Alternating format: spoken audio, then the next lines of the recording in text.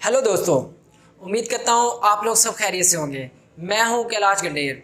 आज मैं आप लोगों को मैथ के रिलेटेड एक इंटरेस्टिंग स्टोरी बताने जा रहा हूँ। ठीक है, आप लोगों में से बहुत से लोगों ने ये चेस बोर्ड या फिर जो शतरंज होती है खेली होगी, या फिर किसी को खेलते ज़रूर देखा होगा। ठीक है, या फिर कहीं ना कहीं शतरंज को ज़रूर देखा होगा। ठीक है, कहा जाता है ये जो चेस बोर्ड है या फिर शतरंज है, एक मैथमेटिशियन ने बनाई थी या इंट्रोड्यूस की थी। ठीक है, पुराने वक्तों में बादशाह सलामत होते थे और उनकी कुछ रियाया होती थी। उस वक्त की ये दौर की बातें हैं। ठीक है, तो सुनी सुनाई बातें हैं। ठीक है, कि एक मैथमेटिशियन जो है चेस बोर्ड बना के बादशाह सलामत को पेश करता है। ठीक है, ये एक गेम है, बहुत इंटरेस्टिंग गेम है। ठीक है, और वो इसके रूल सारी चीज़ें जो है बादशाह सलामत को समझाते हैं। तो क्योंकि इसमें बादशाह सलामत का रोल भी होता है चेस बोर्ड में। ठीक है, तो उनको ये बहुत अच्छी लगती है, मतलब पसंद आती है। तो वो फिर जो है ना उस बंदे को या उस मैथमेटिशियन को कहते हैं कि मुझे ये बहुत अच्छी लगी, आप इसका इनाम क्या लेना चाहेंगे, मतलब मांगो मुझसे, मेरे पास बहुत सारी दौलत है, हीरे जवाहरात है, आप जो चीज़ मांगना चाहते हैं आप बिला झिझक मुझसे इसका इनाम मांग सकते हैं। क्योंकि बादशाह सलामत उस वक्त जो भी लोग कुछ अच्छी चीज़ ला के बादशाह सलामत को पेश करते थे, तो उसके बदले में बादशाह सलामत उनको तोहफे या तोाइफ वगैरह ज़रूर देते थे। ठीक है, तो इस बार भी मैथमेटिशियन को ऑफ़र की गई कि आप क्या मांगना चाहते हैं। तो मैथमेटिशियन ने 2-3 बार कहा बादशाह सलामत रहने दें, मैं आपसे कोई चीज़ नहीं लेना चाहता।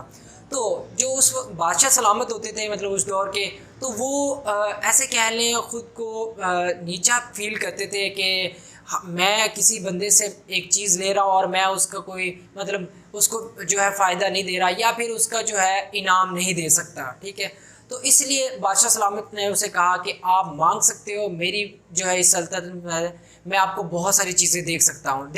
ठीक है, तो उसने कहा कि मैथमेटिशियन ने कहा कि मैं बादशाह सलामत मैं अपने जो है इस गेम के रिलेटेड या चेस बोर्ड के रिलेटेड ही कुछ मांगना चाहता हूँ।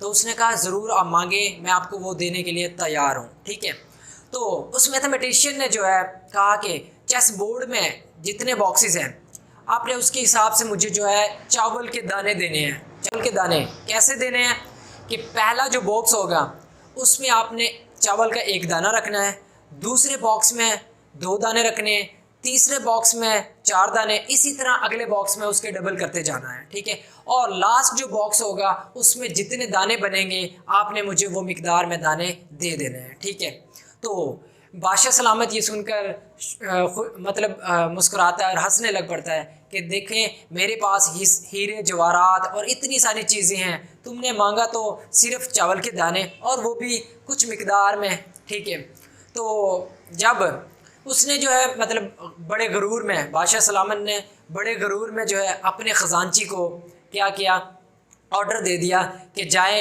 ख़जाने से जो है इस मैथमेटिशियन को इतनी मिकदार में है जो चावल के दाने या बोरियां उठा के दे दी जाए। तो जब जो है ख़जानची जाता है ख़जाने में, और वो क्योंकि पुराने वक्तों में जो ख़जानची होते थे वो भी मैथमेटिशियन होते थे, क्योंकि उन्हें जो है हर किस्म की जो है चीज़ों का हिसाब रखना पड़ता था, तो वो भी एक मैथमेटिशियन था। उसने जब कैलकुलेट किए वो चावल के दानों की मिकदार, ठीक है, तो वो उसकी जो है दिमाग काम मतलब उसका दिमाग काम करना छोड़ देता है कि इतनी मिकदार में दाने बन चुके हैं चावल के। ठीक है, तो वो भागा भागा बादशाह सलामत के पास आता है। तो वो उन्हें आके कहता है कि बादशाह सलामत, जितनी मिकदार में दाने बन रहे हैं, चावल की मिकदार बन रही है, उतने दाने हमारी पूरी सल्तनत में मौजूद नहीं हैं। ठीक है, तो बादशाह सलामत बड़े शॉक्ड हुए। ठीक है, तो ये चावल आप भी शौक होंगे कि इतनी मिकदार में कैसे बन सकते हैं। चेस बोर्ड में जो है 64 बॉक्सेस होते हैं। कितने बॉक्सेस होते हैं?